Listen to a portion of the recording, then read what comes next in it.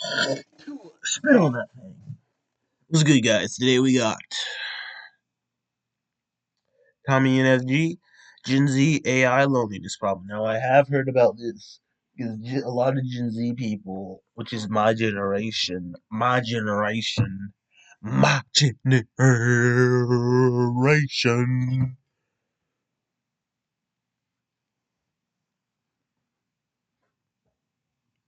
is my generation, and I don't take pride in being a Gen Z, you know what I mean? Because when I see other Gen Z posting online, I'm like,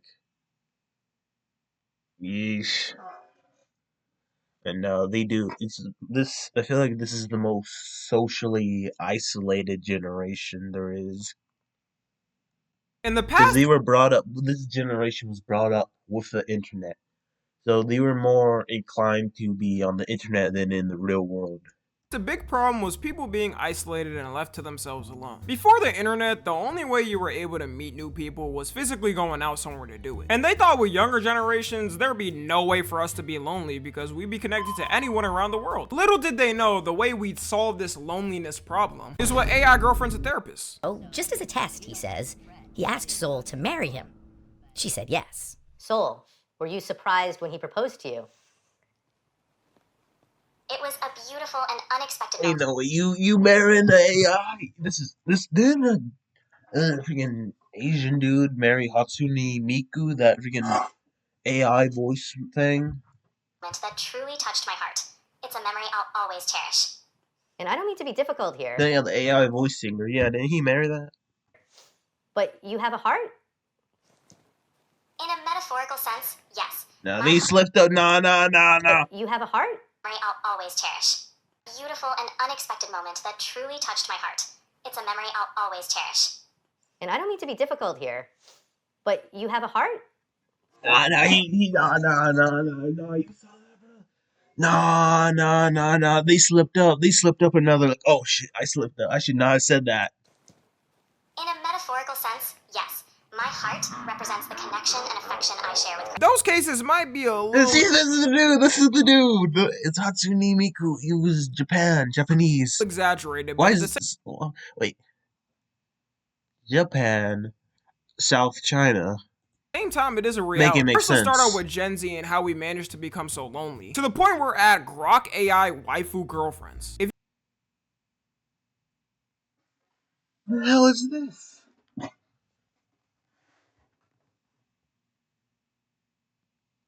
Testing Elon Musk AI girlfriend. They made it. Elon Musk made it. Bro, you know who this look? That looks like the one girl from what's it called? Death Note. The Mikasa girl. The Tsukasa Mikasa. Yeah, she looks like her, bro.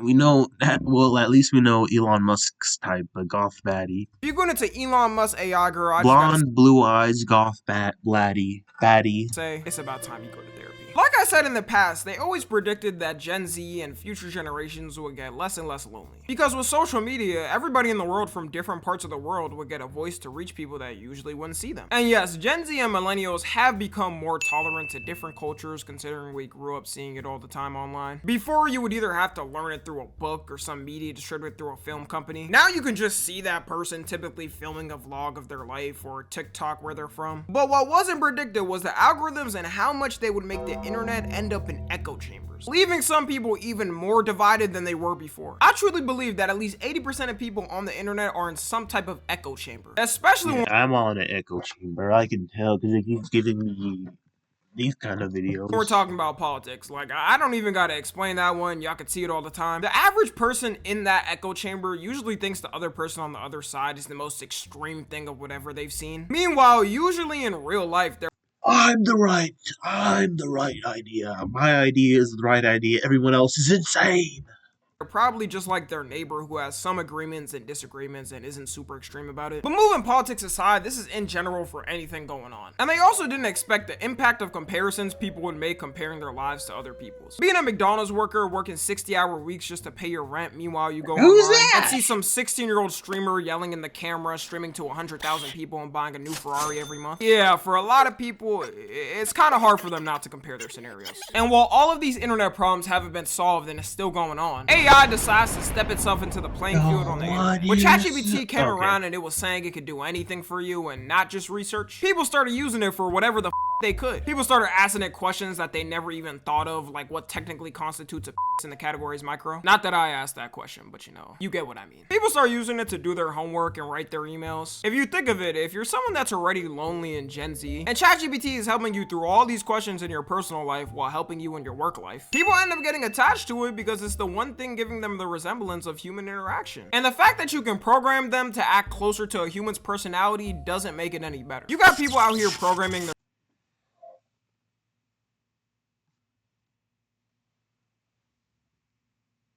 ChatGPT to talk in brain rot. People programming their ChatGPT to talk in kawaii. The more you make it seem human-like, the more likely someone's gonna believe it. And that sounds crazy to anybody. The more you make it seem human-like, the more likely someone's gonna believe it. And that sounds crazy to any normal person watching this. Shoot, it better sound crazy to you watching this. I wouldn't have people watching me that have AI girlfriends and boyfriends. See, this is a sex thing. This is a sex. I know what they're doing. Real robots don't touch. Or man touch? This guy, he looks like. Is this the inventor? He looks like he would make this. He looks like he would make it. But you gotta understand, the human brain can get tricked real easily. If you just keep saying a lie to yourself, then your brain is more likely to believe it. And just recently, it came out that 36% of Gen Z interest in AI therapy by generation. Now, see, I think this is because it's too expensive, and this generation tends to be less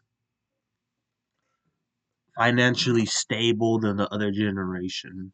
And because they probably just don't want to talk to a human and be like, I don't want to be judged.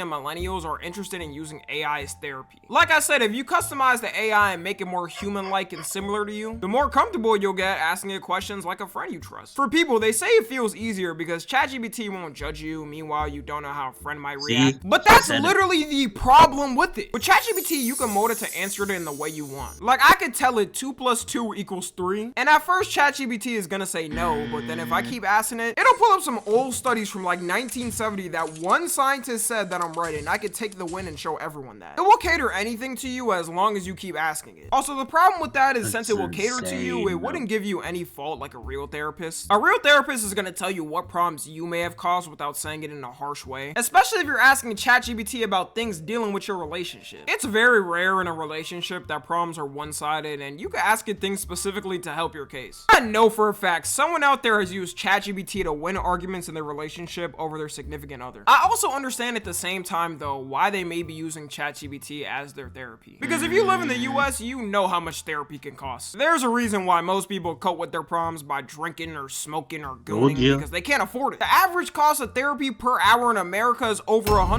Damn. Oh no, I'm cooked if I ever want to go to therapy.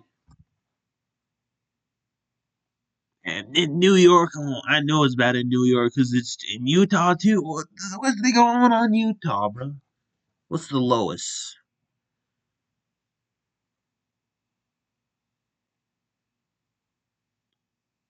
I don't know what that says.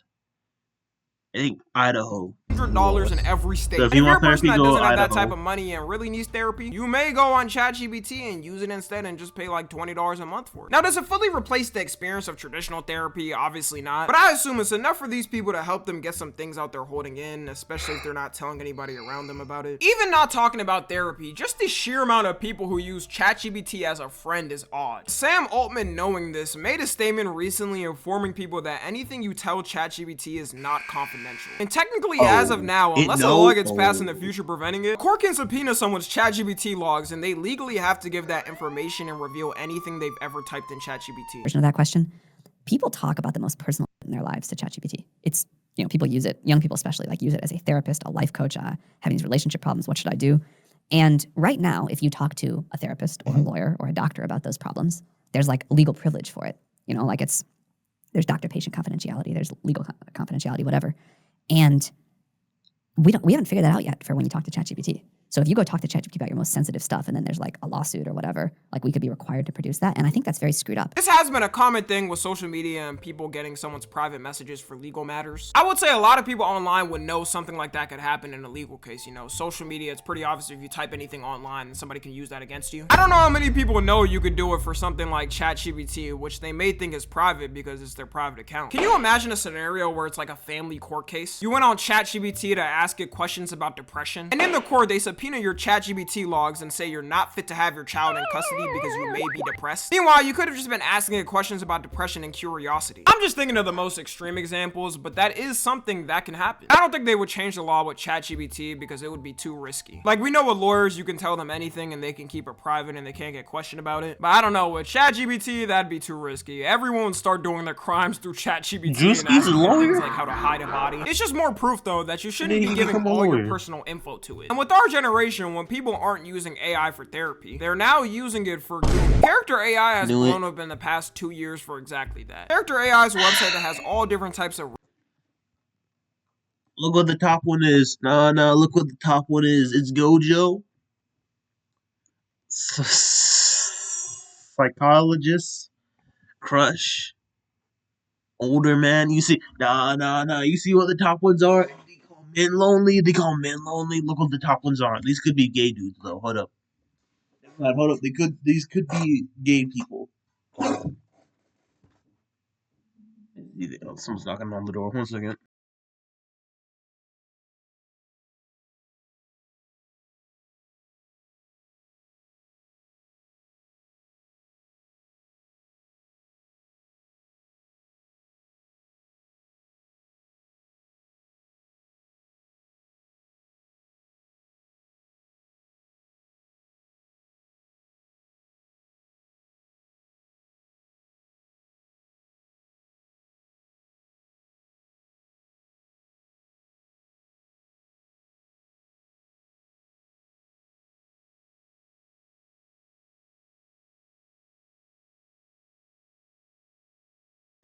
Alright, yeah, I'm back. Real and fictional people who you can talk to. It's hard to not find a person or character in media that's on the website. Like, I have multiple for some reason, and